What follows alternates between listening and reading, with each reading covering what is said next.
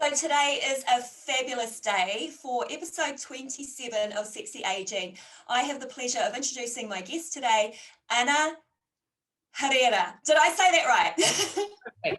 Perfect. We were just saying that I've got, a few South American friends who will just be laughing or gasping at my inability to pronounce beautiful rolling R's of the Spanish language. So thank you. I feel a little bit better about kind of getting it right. And Anna, you are the founder and CEO for the Hormone University. I am so intrigued to hear about this. And you are on a mission to improve hormonal health. Loving that as well. You were previously, or you probably still are, a global executive with 17 years experience leading beauty, wellness, lifestyle, business and startups. Yay for the women in the startups. So I'm going to step away and ask you to please introduce yourself properly, because I think I did a hash job right then. You did a great job. Tell us about yourself, Anna. Yes, thank you so much for the intro, Tracy, and thank you so much for having me. I'm very, very excited to be here. And hello to everyone from New York, where it's, evening here. And like I said, very, very excited. So yes, my background is in the personal care beauty industry in several roles throughout all those years. And I led teams in sales and marketing.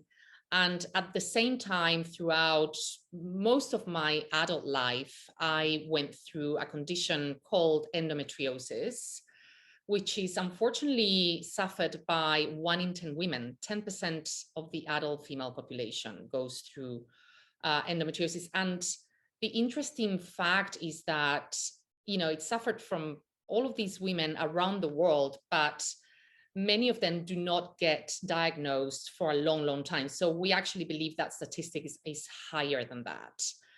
And in my personal case, and the reason why I founded Hormone University is because I went through hell, basically.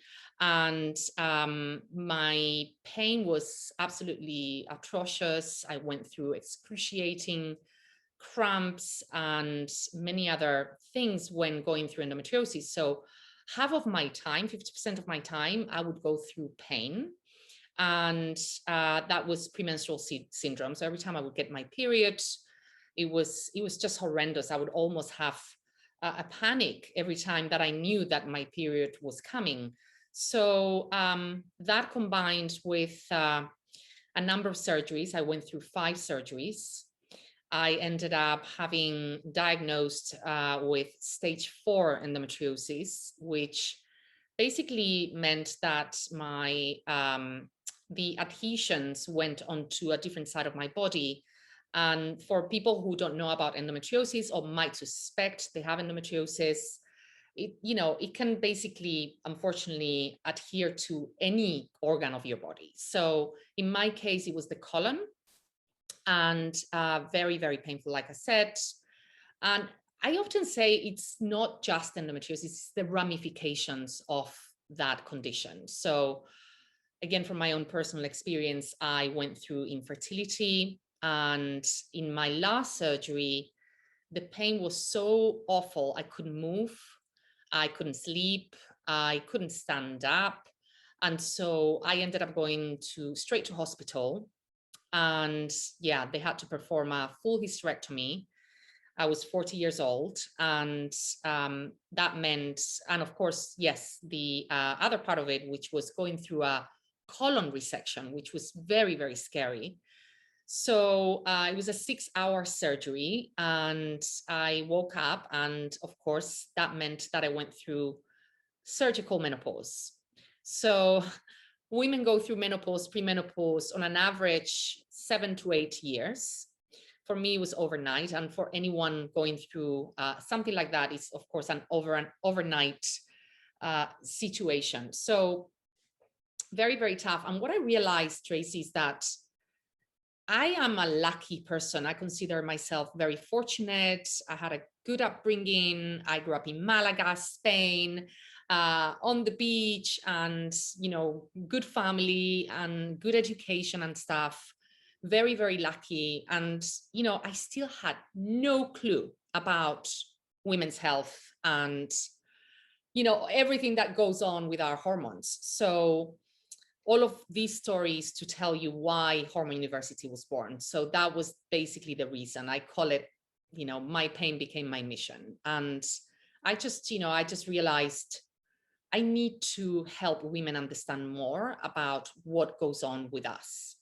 And that was the start of Hormone University. That was the creation, the seed that was planted initially. So back in the pandemic, middle of the pandemic, Hormone University was born.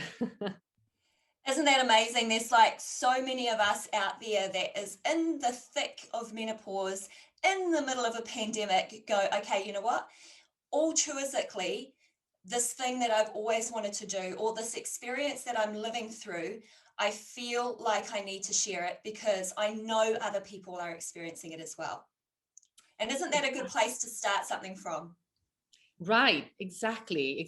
And, you know, I volunteer as well with, I contacted the Endometriosis Foundation of America.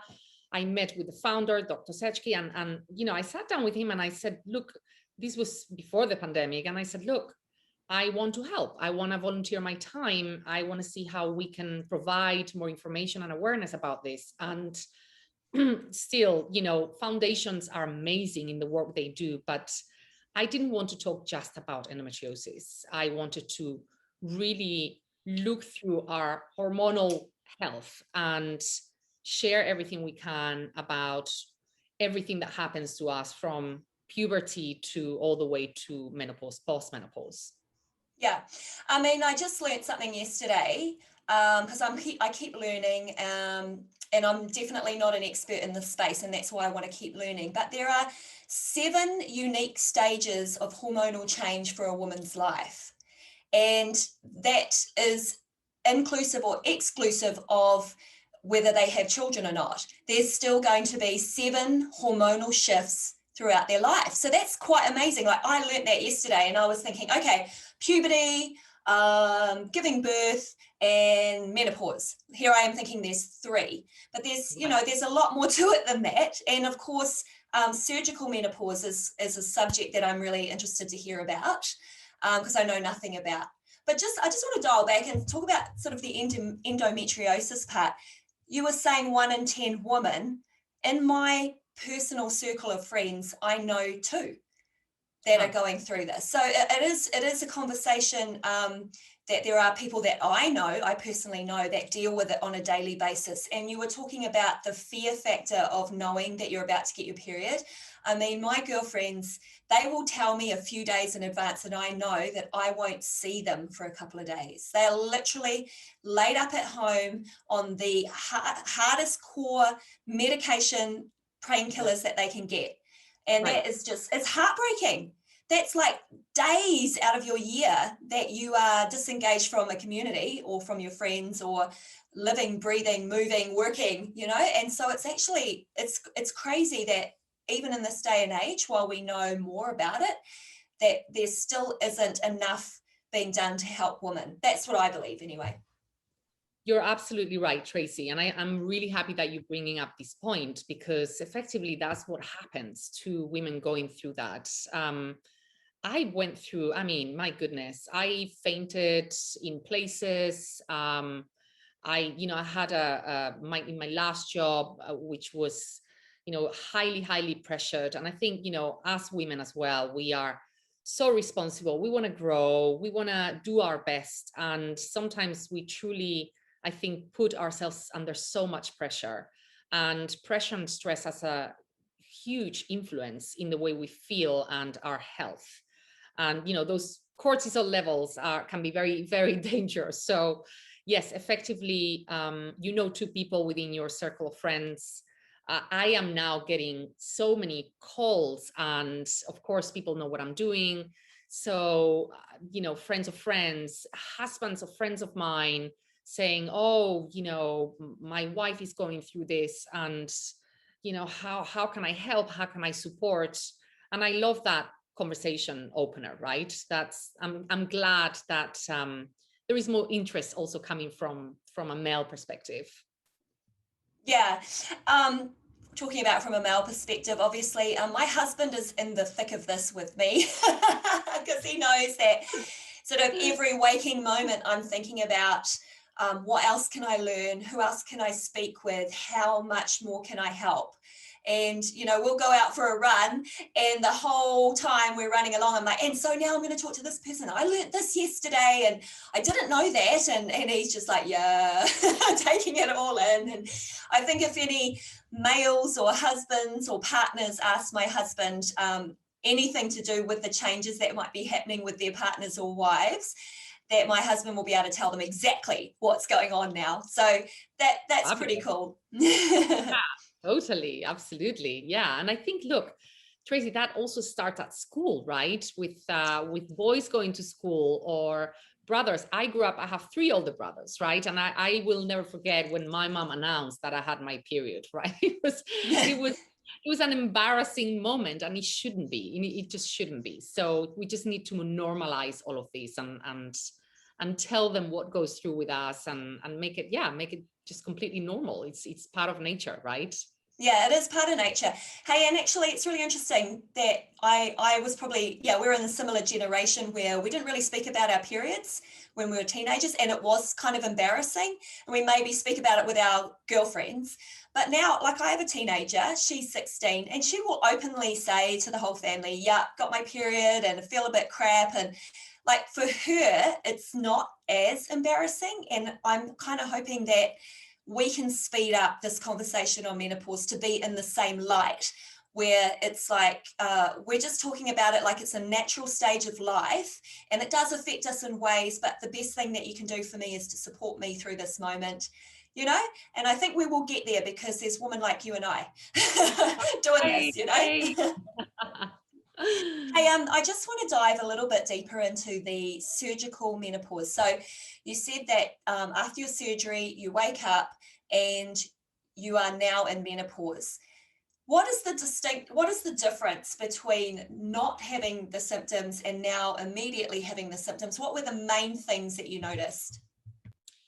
Yes, I started noticing initially it was night sweats and hot flashes. I remember distinctly, those were the first symptoms. You know, I had a period of recovery, of course. And I remember it was the first thing I noticed initially. That took a while. And of course, you know, I was one of those lucky ones that had an amazing team of doctors who prepared me psychologically as well.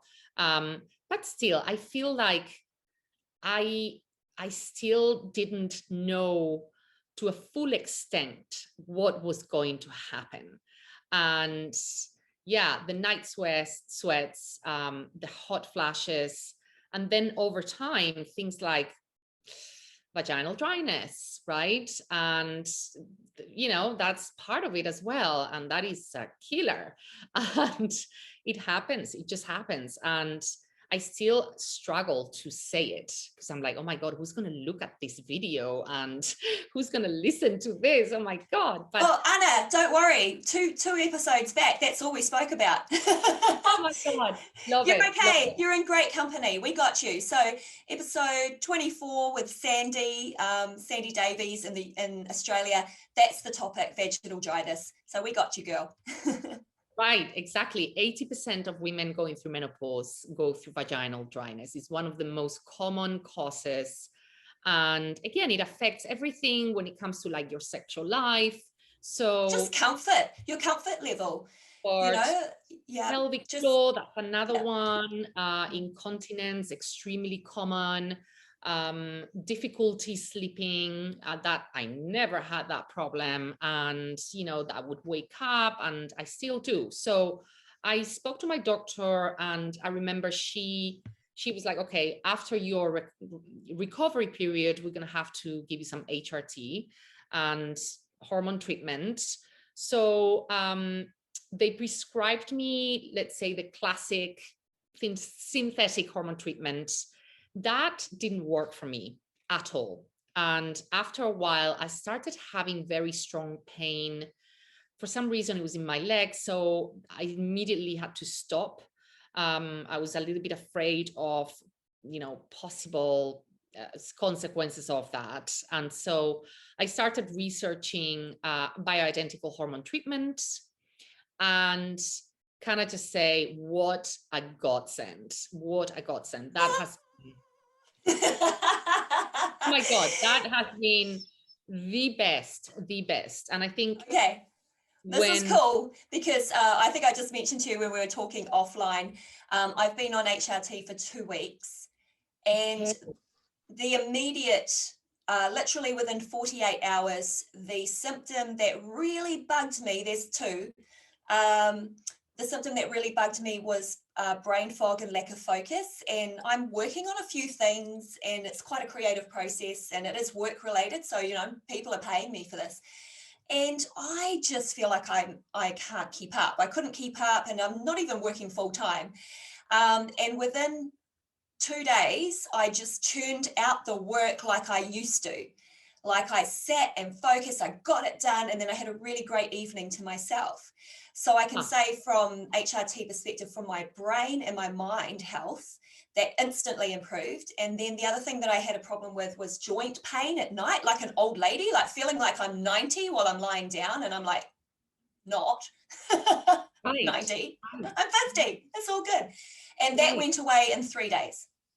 There you go. There you go. So tell me about yours then. Yeah, for me, bioidentical hormone treatment was, like I said, a very, very effective treatment. I'm a pretty balanced person. My personality is pretty balanced. I'm very positive. Yeah, I guess, you know, that's how people that know me well would describe me. And I'm usually optimistic by nature. And I just remember before starting the treatment, I was just so sensitive, and I would cry for just whatever reason. And I felt very sad, very, very sad. And so that was another symptom that, to me, it was wonderful to just get into this bioidentical hormone treatment. Oh my goodness, it changed my life completely. So that, coupled with the fact that, you know, I'm using other stuff, right? So vaginal cream, which really helps. And yeah, and I'm feeling so much better. And I take other supplements, etc. But yeah, everything has helped so much.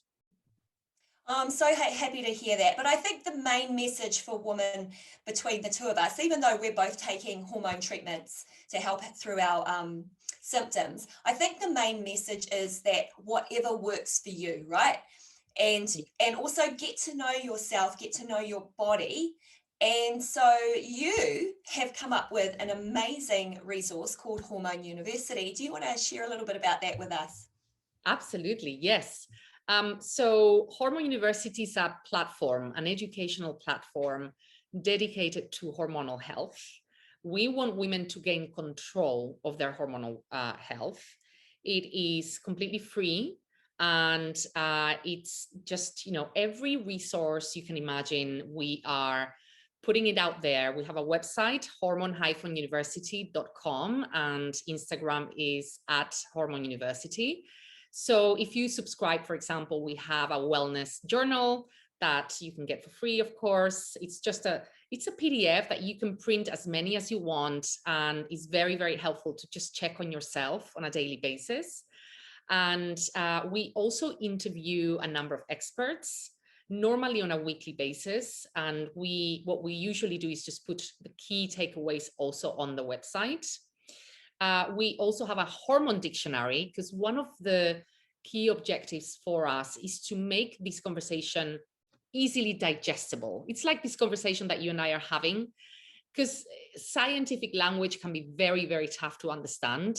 So when we create content and we do research, I always insist, let's make it as easy as possible to read and to understand.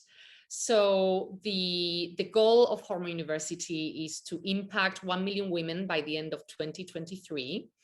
So we're working really, really hard. I started this with my own savings. I have no investors. It's completely through my own savings, and it's my purpose. It's my purpose in life. So that's Hormone University. We have other exciting news coming up soon. We're building a separate company, a sister company with natural products to target premenstrual syndrome and menopause. So it's called Glow Botanica. So glowbotanica.com, and you can check it out. We haven't launched yet, but very exciting, and a lot going on behind the scenes. That just sounds so amazing. And I was about to ask you, so your goals for, or your vision for women's health in the future. I think we probably have a similar vision, but I'd love to hear, what's your vision for women's health in the future? Yes, and this is such a great question, Tracy, because there are many different components, right? And for your audience, I just want to say that we're all part of it.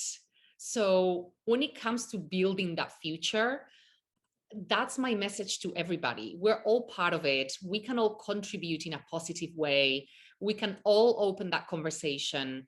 We can also advocate for ourselves. So our newsletter, for example, that is just being relaunched and rebranded, it's called The Waiting Room, because we want women to know what's going on before they go to the doctor, so they can ask the right questions, right? So that we're all prepared, because that was what I went through. I didn't know what questions to ask. I would just sit there and listen. So that is, to me, the future of women's health, is for us to build knowledge, and also for the medical community to listen more, to actively listen more. So starting from, your daughter who's 16, and for her to go to a doctor and being able to say exactly what's going on, and the doctor to ask the right questions, and for her to ask also the right questions, and so that there can be a productive dialogue in women's health. Yeah, I agree with what you're saying, as far as we probably come through a generation of humans where we're relying on the doctor to tell us exactly what's going on. But I feel like it's a two-way conversation in a relationship, because they don't know everything that's going on with our bodies. And sometimes we'll be withholding information. For example, if we go back to the vaginal dryness conversation, only 1 in 10 women that know that they have that symptom will actually tell their GP. Right. So how's the GP ever going to figure out how to help that person if we're not sort of having this two-way dialogue and knowing that, hey, this is on the list of symptoms, therefore I should speak of it before I go to the GP. I should know in advance. I just also want to share with you something really exciting that I saw this morning. In the UK, and I don't know if you're following what's going on in the UK, but there's some freaking amazing things happening in this space. Officially, the Meno charity launched billboards across the UK with things like hot flash and low sex drive, and like their questions, but they're billboards that are sending people to go, yeah, that's me, and then find out, about the charity. And the charity is obviously giving information around what's happening with your hormones and midlife. So isn't that amazing? Oh, we're getting there. We're getting there. All of us in our own parts of the world are getting there. And I think it's just incredible that in this day and age that we can come together. We're all doing our own gig. I'm doing a podcast. You've got a university, and we're going to help people. That's what we're going to do. Yeah. Yes, absolutely. And I think another part of that women's health future is, one of our messages as well is not just hormones, right? Is looking at your health from a holistic perspective, is understanding what's going on with you psychologically. That has a huge impact in the way our hormones operate, right? Because they truly rule our lives. So, and that, mind, body, holistic way of understanding everything that's going on with you. Nutrition is also an important part. Testing your hormones, crucial, right? Understanding what's going on, the different levels of your hormones in different cycles throughout your life or your year. So all of those factors are really, really important. The other thing I wanted to just share is that we are looking into also providing a certification for brands at Hormone University. My background is in beauty, personal care, and I really, really want brands to be able, when they claim this is a clean formula, and there are no endocrine disruptors, or, you know, this is an amazing smoothie that you can use for hormone balance. We want to make sure that they are really safe. So we are going to launch a seal of approval for brands. I love that, because I do believe brands out there are realizing that this opportunity is trillions of dollars for them. Quite a few brands are jumping on board with the balancing your hormones. This will help you through with hot flashes. Like, you see it if you walk into a pharmacy, drugstore, I guess, in the US, and there's now shelves dedicated to midlife women, and there's all these different brands. It's like totally confusing. This one helps hot flashes, this one helps night sweats. I mean, do we actually know that they actually do that? And people who are struggling with understanding what these combination of hormones are doing to their bodies will just buy everything, right? Before they even go to the doctor. So I actually think what you're doing there is vital, because we need to have the right support and the right information. Absolutely. And we're involving our medical board so that they can review everything. And it's a very detailed and thorough process that we will ask brands to go through with us. So yeah, absolutely. Oh, Anna, that's awesome. That's really exciting. I'll keep up to speed with you guys. I've actually subscribed to your university. Thank you. Just to wrap up our conversation, I never hate leaving these conversations. I mean, I always hate leaving these conversations. Yes, me too. Just makes hours, right? Yeah, we could talk forever. I was going to ask you for a book recommendation or a course recommendation to help women, just something that is either inspirational or educational. Yes, look, I am very much inclined to self-growth and personal growth, because I do think that has a major effect in your health. I am reading a book called How to Do the Work by Nicole LePera, and she's huge in the US. And it's a very interesting book. It's very much about psychology, but what's interesting is that she covers a lot on the vagus nerve, which is a very important nerve that can actually regulate so many functions in our body. So again, that kind of mind and body connection. That book is absolutely amazing. And you know, you have to go through all the exercises that are there, and yeah, it's really, really interesting. So that from kind of like a psychological perspective. And then there is a book that I still haven't started reading, but this is a doctor that we interviewed him a while ago. His name is Dr. Sean Tasson, and he just launched a book called the Hormone Balance Bible. So like I said, not endorsing anything, haven't read it, but I have met him a couple of times. We've interviewed him, and he's got an incredible knowledge on functional medicine. So that's next on our list. Oh, that's brilliant. Thank you so much, Anna, because I actually do post up the book recommendations by the podcast guests.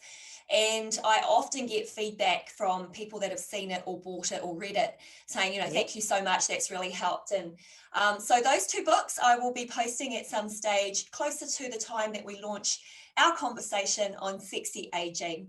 So thank you so much for spending some time with me. Thank you. Thank you so much, Tracy. So nice to join. And thank you to the audience who's listening.